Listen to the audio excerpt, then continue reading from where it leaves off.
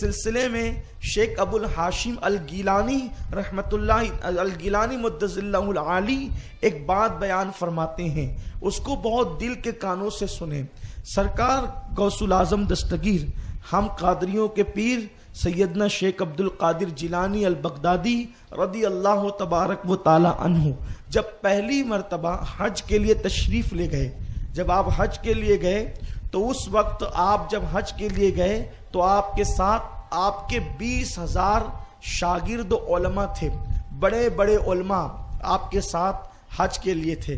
ظاہر سی بات ہے اگر عمرہ یا حج کے لیے مسجد کا کوئی امام ساتھ ہو جائے تو انسان سوچتا ہے کہ میرے مقدر کی معراج ہے کہ میں ایسے شخص کے ساتھ جا رہا ہوں کہ میں نہیں کروں گا، اور اگر وہ شخص روحانی طور پہ پاورفل ہے تو پھر اس کی برکت سے اپنا حج اور عمرہ بھی قبول ہو جائے گا۔ میرے پیارے آقا صلی اللہ علیہ وسلم کے پیارے دیوانوں، تو سرکار غوث الاعظم کے ساتھ جس کو حج کرنے کی سعادت نصیب ہو اس کے مقدر کے کیا کہنے۔ میں تو کہتا ہوں کہ جو ان کی چوکھٹ پہ بیٹھنے والا کتا ہے ہم اس کے برابر بھی نہیں ہو سکتے، تو جو ان کے ساتھ حج کے لیے پیچھے پیچھے چلے ہوں گے اس قافلے کی شان کا عالم کیا ہوگا۔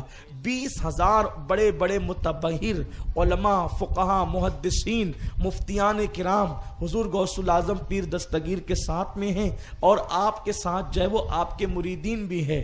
آپ اس شان کے ساتھ جب حرم کعبہ میں داخل ہوئے تو وہاں کے جو مفتی اعظم تھے، مفتی اعظم مکہ اس دور کے، انہوں نے کہا من انت، تو کون ہے؟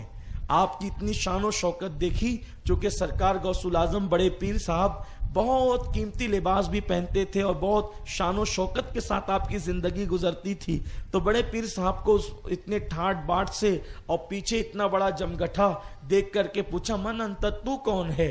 سرکار غوث پاک اس کے لب و لہجے سے سمجھ گئے کہ یہ صاحب کہنا کیا چاہتے ہیں۔ ظاہر سی بات ہے انسان کے پاس اگر علم ہوتا ہے تو اس علم کی گرمی بھی ہوا کرتی ہے۔ یاد رکھیں علم والے دو قسم کے ہوتے ہیں، ایک علم ظاہر والے اور ایک علم اللہ والے۔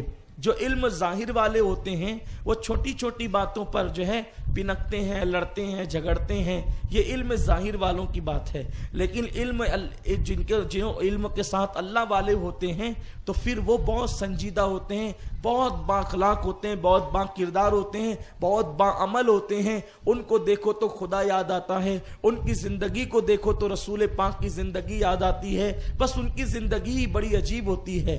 تو مفتی اعظم مکہ نے کہا تو کون ہے؟ تو حضور غوث الاعظم دستگیر بڑے پیر صاحب نے کہا آپ کو کام کیا ہے؟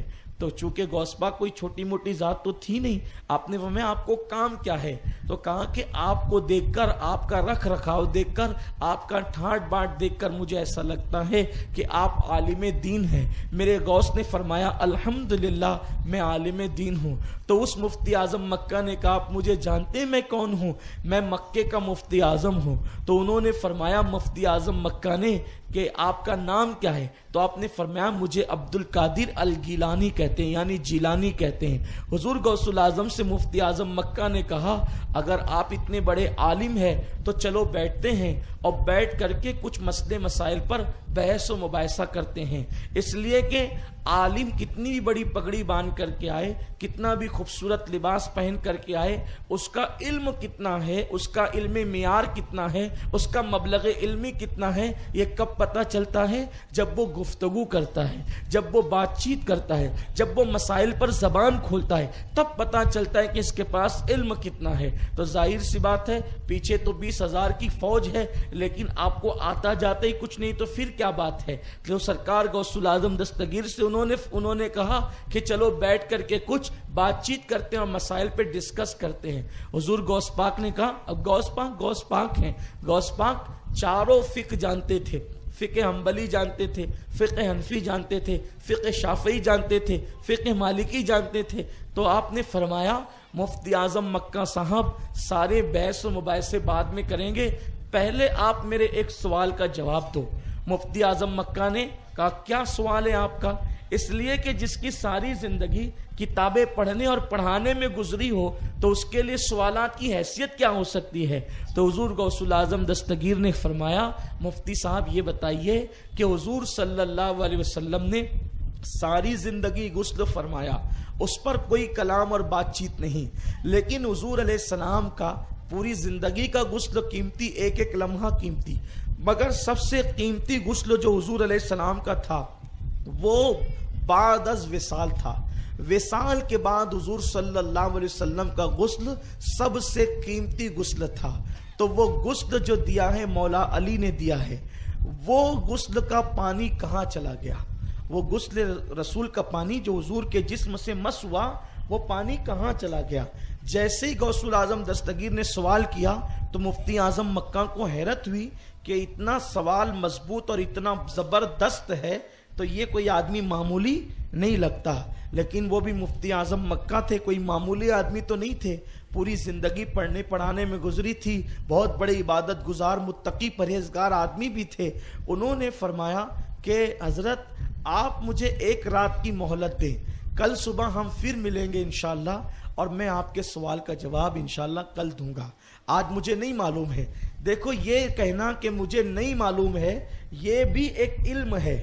آج کل انسان مجھے نہیں معلوم ہے یہ کہنے میں شرم محسوس کرتا ہے، حالانکہ نہیں معلوم ہے تو نہیں معلوم ہے۔ ارے نہیں معلوم ہے کہنا یہ فرشتوں کی سنت ہے، سبحانک لا علم لنا، یہ لا علم لنا کہنا یہ فرشتوں کی قدسیوں کی سنت ہے، اور مجھے سب آتا ہے کہنا اور اس پہ غرور کرنا یہ شیطان کا طریقہ ہے۔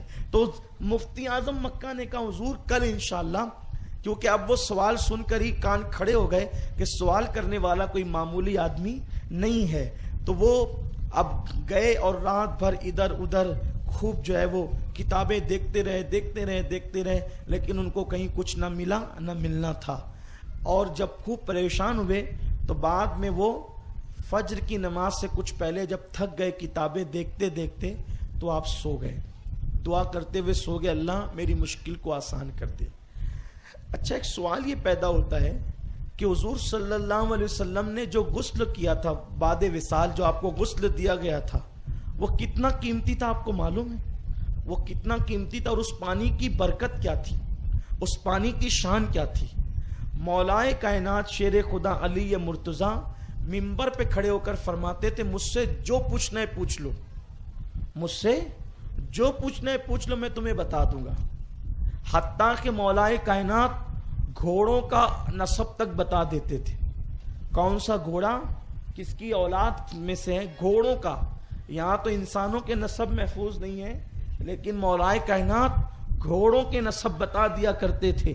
میرے پیارے آقا صلی اللہ علیہ وسلم کے پیارے دیوانوں، تو ایک دن کسی نے پوچھ لیا اے علی، آپ کو اللہ نے اتنا علم دیا کہ آپ کہتے ہیں کہ مجھ سے جو پوچھنا ہے پوچھ لو میں تمہیں بتا دوں گا، تو آپ یہ بتائیں اتنا علم آپ کے پاس آیا کہاں سے؟ ذرا توجہ کریں۔ حضور علیہ الصلوۃ و تسلیم کے غلاموں، مولائے کائنات شیر خدا علی مرتضیٰ باب مدینۃ العلم سے کسی نے کہا علی آپ کہتے ہیں جو پوچھو گے میں بتا دوں گا، تو یہ بتاؤ کہ یہ علم آیا کہاں سے ہے؟ تو اس وقت مولائے کائنات فرماتے ہیں کہ میں نے جب رسول اللہ کو بعد وصال غسل دیا، اور غسل دینے کے بعد حضور علیہ الصلوۃ و تسلیم کے آنکھوں کی پلکوں پر جو پانی رہ گیا تھا اور ناف کے گڑے میں جو پانی رہ گیا تھا، میں نے سوچا اب اس سے بڑھ کر موقع کیا ہوگا؟ میں نے انگلیوں سے نکلنے والا پانی تو خوب پیا ہے، لیکن اب یہ سعادت نصیب نہیں ہوگی، کیونکہ حضور تو دنیا سے تشریف لے جا رہے ہیں۔ تو میں نے حضور کے پلکوں پہ جمع ہوا پانی پی لیا، اور حضور کی ناف میں جو پانی جمع تھا وہ پانی میں نے چوس لیا۔ وہ 2 قطرے پانی چوسنے کی برکت ہے کہ اللہ نے مجھے اتنا زیادہ علم عطا فرما دیا، مجھے اتنا بڑا علم عالم اللہ نے بنا دیا۔ اور کتنا بڑا علم عطا کیا پتہ ہے؟ ایک مرتبہ سائنسدانوں کے اندر بحث ہوئی کہ یہ تخلیق کیسے ہوئی، کائنات کیسے بنی، چاند کیسے بنا، سورج کیسے بنا، ستارے کیسے بنے، سیارے کیسے بنے، یہ سب چیزیں کیسی بنی، اس پر بحث ہونے لگی۔ تو خوب لوگ تحقیق کرنے لگے، ادھر تحقیق ادھر تحقیق، یہ ملک جانا وہ ملک جانا، یہ سب لوگ کرنے لگے۔ تو کسی علی کے ماننے والے نے کہا ایک کام کرو، علی کے خطبات پڑھ لو کہ کائنات بنی کیسے۔ تو غیر مسلم عیسائی تھا، جب اس نے میرے مولا کا خطبہ پڑھا تو اس نے 2 باتیں کہی، یا تو جس نے کائنات بنایا اسی نے یہ خطبہ دیا ہے، یا تو جس نے کائنات بنایا اسی نے یہ خطبہ دیا ہے، یا پھر کائنات بن رہی تھی تو یہ دیکھ رہا تھا اس نے خطبہ دیا ہے؟ دو چیزیں ہو سکتی ہے، یا تو یہ خطبہ بنانے والے کا ہے، یا جس کے سامنے کائنات بن رہی تھی اور اس نے اپنی نگاہوں سے مشاہدہ کیا۔ غور فرمائے، یہ علم علی ہے، اور علم علی آیا کہاں سے ہے؟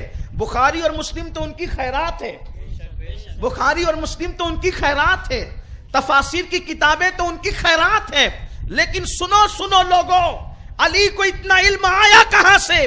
تو میرے مولا نے کہا رسول اللہ کے آخری وقت میں جو غسل کا پانی تھا، جو بعد وصال حضور کی پلکوں پہ جمع تھا اور ناف میں جمع تھا، میں نے چوس لیا تو اللہ نے مجھے اتنا بڑا عالم بنا دیا۔ اب بتائیے کہ جس کے 2 قطروں کو چوس کر کے علی اتنے بڑے عالم بنتے ہیں، حضور کے اس غسل کے پانی کی برکت کیا ہوگی؟ جس کی 2 بوند ہے سرو سلسبیل ہے، وہ رحمت کا دریا ہمارا نبی، جس کے تلووں کا دھون ہے آب حیات، جس کے تلووں کا دھون ہے آب حیات، ہے وہ جان مسیحا ہمارا نبی۔ جب تلووں کا دھون آب حیات ہے تو ناف کی گرہ میں آنے والے پانی کی شان کیا ہوگی؟ پلکوں پر جمے ہوئے پانی کی شان کیا ہوگی؟ اب سمجھے حضور علیہ الصلوۃ والتسلیم کے وصال کے بعد کے غسل کے پانی کی اہمیت کیا ہے؟ تو حضور غوث پاک نے مفتی اعظم مکہ سے یہی پوچھا کہ مفتی صاحب بتائیے وہ پانی کہاں گیا؟ وہ پانی کہاں گیا؟ مفتی اعظم مکہ نے کہا کل جواب دیں گے، اور پوری رات ڈھونڈتے رہے۔ یاد رکھنا، کتاب سب پڑھتے ہیں لیکن کتاب سے کام کی باتیں سب کو نہیں ملتی، بلکہ جس پر خاص کرم ہوتا ہے پھر اسی کو سجائی دیتا ہے، فیضان علم کی برکتیں اسی کو ملتی ہے۔ اب مفتی اعظم مکہ ڈھونڈتے ڈھونڈتے سو گئے دعا کرتے ہوئے، جب آنکھ لگی تو دل کی آنکھیں بیدار ہو گئی۔ اب مفتی اعظم مکہ نے کیا دیکھا؟ سامنے سے حضور تشریف لا رہے ہیں، اللہ کے حبیب غیبدہ نبی تشریف لا رہے ہیں، اور ان کے ساتھ ایک اور شخص ہے جو بڑا خوبصورت ہے، لیکن حضور کی چمک دمک اتنی ہے، حضور کی نورانیت اتنی ہے کہ جو بازو میں کھڑا ہوا آدمی ہے وہ نظر نہیں آتا، اس کا چہرہ صحیح طور پر دکھائی نہیں دیتا، اس کے کپڑے تو سمجھ میں آتے، چہرہ سمجھ میں نہیں آتا، اتنی نورانیت ہے۔ جیسے آپ کسی فوکس کے بالکل قریب کی کوئی چیز اگر دیکھنا چاہیں تو آپ کو نظر نہیں آئے گی، جیسے اگر آپ ادھر بیٹھے ہوئے ہیں تو آپ یہ فوکس پہ دیکھیے کہ ادھر کا پیپ نظر آ رہا ہے لیکن بالکل نیچے کا پیپ صحیح طور پہ نظر نہیں آئے گا، یہ روشنی کی خصوصیت ہوتی ہے۔ تو اللہ کے حبیب کی نورانیت میں وہ بازو میں کھڑا ہوا آدمی صحیح طور پہ نظر نہیں آ رہا تھا۔ تو مفتی اعظم مکہ نے کہا یا رسول اللہ، آپ نے بڑا کرم فرمایا اور بہت مشکل کے وقت آپ میرے خواب میں تشریف لائے، اور آپ سے بہتر جواب کون دے سکتا ہے میری مشکل کا؟ یا رسول اللہ، میرے ماں باپ آپ پہ قربان، حضور مجھ سے ایک سوال کیا گیا ہے کہ حضور علیہ الصلوۃ والتسلیم کو بعد وصال جو غسل دیا گیا تھا وہ غسل کا پانی کہاں چلا گیا؟ یا رسول اللہ آپ بتائیں، کیونکہ آپ بتائیں گے تو آپ کی بات سب سے زیادہ صحیح ہوگی۔ حضور رسول پاک علیہ الصلوۃ والتسلیم نے مسکرا کر فرمایا تیرے سوال کا جواب میں نہیں دوں گا، بلکہ میرے بازو میں یہ جو کھڑا ہے نا یہ میرے تیرے سوال کا جواب دے گا، تو اس سے پوچھ۔ مفتی اعظم مکہ نے کہا حضور آپ کون ہیں میں نہیں جانتا، لیکن میرے آقا کے فرمان پر آپ سے عرض کرتا ہوں کہ بتائیے وہ جو حضور علیہ السلام کو وصال کے بعد جو غسل دیا گیا تھا وہ غسل شریف کا پانی کہاں چلا گیا؟ تو بازو میں جو آدمی کھڑا ہوا تھا وہ کہنے لگا وہ غسل کا پانی ایسا ہوا کہ جب حضور کو غسل دیا گیا تو اللہ نے اس پانی کو اٹھا لیا، اللہ نے اس پانی کو زمین پہ رہنے نہیں دیا اور اس پانی کو اللہ نے اٹھا لیا، پھر اللہ تعالیٰ نے اس کو بادل کی شکل عطا فرمائی، اللہ نے اس کو بادل بنا دیا، اور اس بادل بنانے کے بعد اللہ تبارک و تعالیٰ قیامت تک جہاں جہاں مسجدیں بنوانا چاہتا تھا اللہ نے اس بادل کو حکم دیا کہ جا کر کے وہیں پہ برس جا کر کے وہیں پہ برس جا۔ تو اب مسجد غوثیہ نوریہ بھی اپنے محلے کا پلاٹ ہے، مسجد امیر حمزہ بھی اپنے محلے کا پلاٹ ہے، مسجد یا رسول اللہ بھی اپنے محلے کا پلاٹ ہے، مسجد فیض رسول اور اولیاء مسجد بھی اپنے محلے کا پلاٹ ہے، لیکن اپنے گھر میں اور اس میں فرق یہ ہے کہ اپنے گھر میں کتوں کے پیشاب کبھی پڑے ہوں گے، لیکن یہ وہ اللہ کے گھر ہیں جہاں پر رسول اللہ کے غسل کا پانی گرا ہوا ہے۔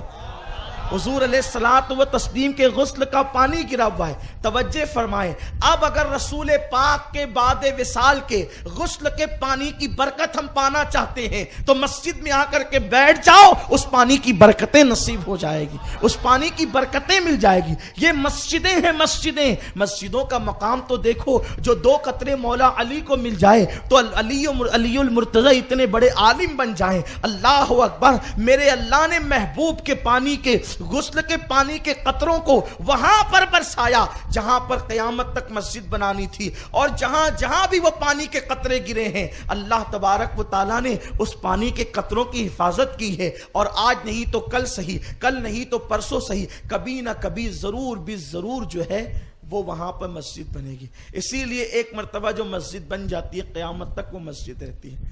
اگر مسجد کو آپ ہٹا نہیں سکتے, کیوں نہیں ہٹا سکتے؟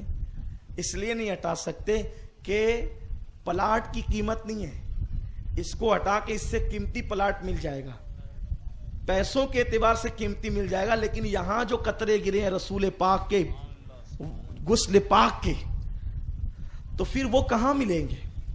تو اس لیے بڑی قیمتی ہوتی مسجدیں. تو اس شخص نے بتایا, یہ خواب سے بیدار ہوئے تو بالکل حاشاش بشاش تھے اور بہت خوش تھے.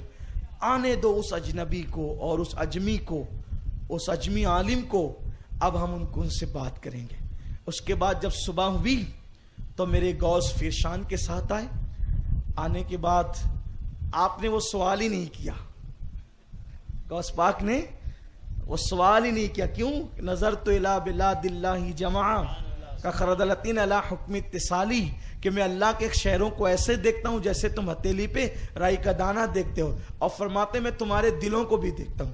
فرماتے ہیں اگر میری زبان پہ شریعت کی پابندی نہ ہو تو جو کھا کے آتے وہ بھی بتا دوں گا, اور جو بچا کے آتے وہ بھی بتا دوں گا, جو سوچتے وہ بھی بتا دوں گا, جو دل میں وہ بھی بتا دوں گا, جو پیٹ میں وہ بھی بتا دوں گا. یہ میرے غوث کی شان ہے, اور لوگوں کو بتایا بھی آپ نے. غوث پاک ان سے باتیں کرتے رہے, مفتی اعظم مکہ بے چین ہوتے رہے, یہ پوچھتے کیوں نہیں, یہ پوچھتے کیوں نہیں. آخر کار غوث پاک نے وہ سوال کیا ہی نہیں, تو انہوں نے تنگ آگے کہا کہ کل والا سوال آپ نہیں کرتے, کل والا سوال آپ پوچھتے نہیں. غوث پاک نے ایسا فرمایا جیسے کہ آپ بھول, ہاں جی بتائیں, کہ آپ نے وہ اس کا جواب ڈھونڈا. کہا ہاں. دراصل ایسا ہے شیخ عبد القادر صاحب کہ وہ جو رسول اللہ کے غسل کا پانی تھا بعد وصال, اللہ نے اس کو آسمان پہ اٹھایا, بادل بنایا, اور قیامت تک جہاں مسجدیں بنوانی تھی وہاں پر اس کو برسا دیا تاکہ وہاں پہ مسجد بن سکے اور مسجدوں کو عظمت اور برکت مل سکے. اب یہ بات تو انہوں نے بتا دی. بات جب کوئی بیان کرے تو اس سے پوچھا جائے کہ یہ آپ نے کہاں پڑھا. جب اس سے حوالہ مانگے کہاں پڑھا, تب پول کھلتی ہے کہ اس نے محنت سے بیان کیا کہ چھڑا کے بیان کیا. صحیح ہے, یہی بات ہوتی ہے. تو غوث پاک نے کہا آپ نے جواب تو دیا ہے, لیکن یہ جواب آپ نے پڑھا کہاں, اس کا حوالہ کیا ہے, کہاں پڑھا آپ نے اس کو. تو جیسے انہوں نے سنا نا اس کو پڑھا کہاں ہے, تو اب تو صحیح بات تو پیش کرنی تھی. انہوں نے کہا میں پوری رات ڈھونڈتا رہا, مجھے کہیں ملا نہیں, لیکن دراصل بات یہ ہوئی کہ میں نے حضور کو خواب میں دیکھا, حضور کو خواب میں دیکھا, اور خواب میں دیکھ کر کے پوچھا. تو غوث پاک نے فرمایا وہ خواب آپ بیان کریں گے آگے کا یا میں بیان کروں. آپ نے رسول پاک کو خواب میں دیکھا تو وہ خواب آپ بیان کریں گے یا میں بیان کروں. وہ مفتی اعظم مکہ نے کہا اگر آپ بیان کریں گے تو اور زیادہ اچھا ہوگا, اگر میرا خواب آپ بیان کریں تو اس سے بڑی بات کیا ہوگی. تو پھر میرے غوث نے فرمایا آپ نے رسول اللہ سے کہا اچھا ہوا آپ میری مشکل کے وقت تشریف لائے, اور پورا جو خواب میں آپ کو سنا چکا ہوں. تو رسول پاک سے آپ نے پوچھا کہ یا رسول اللہ بتائیں آپ کے وہ غسل کا پانی بعد وصال کا کہاں گیا. تو رسول پاک نے فرمایا یہ جو میرے بازو میں یہ مرد کھڑا ہے اس سے پوچھ لو, یہ تمہیں بتائے گا. اس کا ایسے رنگ کا کپڑا تھا, اس کے کپڑے کا لباس کا رنگ ایسا تھا, سرکار غوث الاعظم دستگیر کہتے ہیں اس کا لباس کا رنگ ایسا تھا, اس کا چہرہ صاف دکھائی نہیں دیتا تھا. مفتی اعظم مکہ نے کہا ہاں بالکل ایسا ہی تھا. کہا پھر اس شخص نے جواب دیا تھا کہ وہ پانی جو ہے وہ مسجدوں میں گرا, جو آپ نے بھی جواب دیا وہی جواب اس شخص نے دیا تھا, رسول پاک نے دیا تھا. کہا بالکل بالکل اس شخص نے دیا تھا. پوچھا وہ شخص کون تھا, جانتے ہیں اس کو؟ مفتی اعظم مکہ نے کہا نہیں, میں اس کا چہرہ صاف طور پہ نہیں دیکھ پا رہا تھا کہ وہ کون ہے. غوث پاک فرماتے ہیں وہ بازو میں کھڑا ہوا میں ہی تو تھا.